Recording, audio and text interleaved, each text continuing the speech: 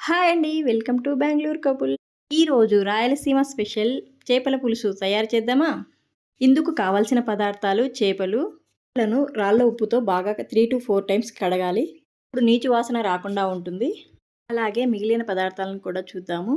ఇక్కడ నేనైతే 3 table spoon కారం పొడి, 2 టేబుల్ స్పూన్ ధనియా పొడి, హాఫ్ టేబుల్ స్పూన్ జీలకర్ర పొడి, హాఫ్ టేబుల్ స్పూన్ మెంతి పొడి, 1 టేబుల్ స్పూన్ పసుపు, కొద్దిగా కరివేపాకు, 2 టేబుల్ స్పూన్ అల్లం వెల్లుల్లి పేస్ట్, 3 పచ్చిమిరపకాయలు, ఒక మీడియం సైజ్ ఆనియను, ఒక పెద్ద నిమ్మకాయ సైజ్ అంతా చింతపండు తీసుకొని నీళ్ళలో నానబెట్టుకోవాలి. ఇప్పుడు బాగా కడిగిన చేపలను తీసుకొని అందులోకి ఉప్పు, కారము, ధనియా పొడి, జీలకర్ర పొడి, ఆవాల పొడి, కరివేపాకు అన్నీ వేసి ఒక్కొక్కటిగా బాగా మిక్స్ చేసుకోవాలి. అలాగే అల్లం వెల్లుల్లి పేస్ట్ కూడా వేసి బాగా కలపాలి. వీడియోలో చూపించిన విధంగా ఉప్పు, కారం ముక్కలకు బాగా పట్టేటట్టు కలుపుకోవాలి. ఇక్కడ నేను మసాలా కోసం గసగసాలను కొద్దిగా నీళ్ళలో నానబెట్టాను హాఫ్ అన్ అవర్ ముందు. అలాగే కొద్దిగా కొబ్బరిని కూడా తీసుకున్నాను. వీటిని మిక్సీ జార్లో తీసుకొని గ్రైండ్ చేసుకోవాలి.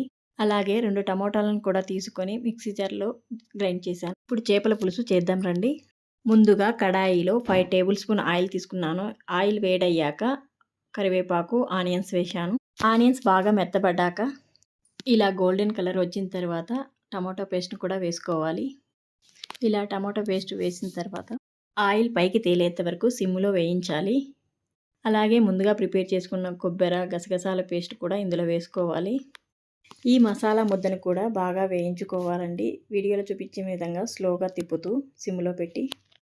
ఇలా కన్సిస్టెన్సీ వచ్చాక ఇక్కడ నేను ఇంకో టేబుల్ స్పూన్ కారం పొడి యాడ్ చేస్తున్నాను. అలాగే సాల్ట్ కూడా యాడ్ చేస్తున్నాను. ఇప్పుడు ఈ మిశ్రమాన్ని బాగా కదుపుతూ ఉండాలండి. పచ్చివాసన పోయేంత వరకు కలపాలి. ఇలా పైకి నూనె తేలుతూ వస్తుంది. ఇలా నూనె పైకి తేలేటప్పుడు ముందుగా నానబెట్టుకున్న చింతపండు రసాన్ని తీసుకొని ఇందులో వేసుకోవాలండి. అలాగే మన గ్రేవీ కన్సిస్టెన్సీకి తగినట్టుగా నీళ్ళని యాడ్ చేసుకోవాలండి. నీళ్ళని యాడ్ చేసిన తర్వాత ఇలా కదుపుతూ ఉండాలండి గరిటెతో. కూర అనేది అడుగు అంటకుండా ఉంటుందండి ఇలా కలుపుతూ ఉండడం వల్ల. ఆ గ్రేవీ బాగా ఉడుకుతున్నప్పుడు మనం ముందుగా ఉప్పు, కారం పట్టించిన ఫిష్ ముక్కలను ఇందులో ఒక్కొక్కటిగా పెట్టుకోవాలండి. ఇలా వీడియోలో చూపించిన విధంగా ఒక్కొక్కటి పెట్టుకోవాలి. తర్వాత మీడియం ఫ్లేమ్లో కానీ సిమ్లో కానీ ఒక 5 మినిట్స్ బాగా ఉడకనివ్వాలండి. చేప ముక్కలను గరిటతో కదపరాదండి. కాయని మాత్రమే అటు ఇటు కదుపుకోవాలి. ఇప్పుడు చేప ముక్కను గరిటతో ప్రెస్ చేసి చూశారు కదండి, బాగా ఉడికింది. ఫైనల్ టచింగ్గా కొద్దిగా కొత్తిమీరని యాడ్ చేస్తున్నానండి.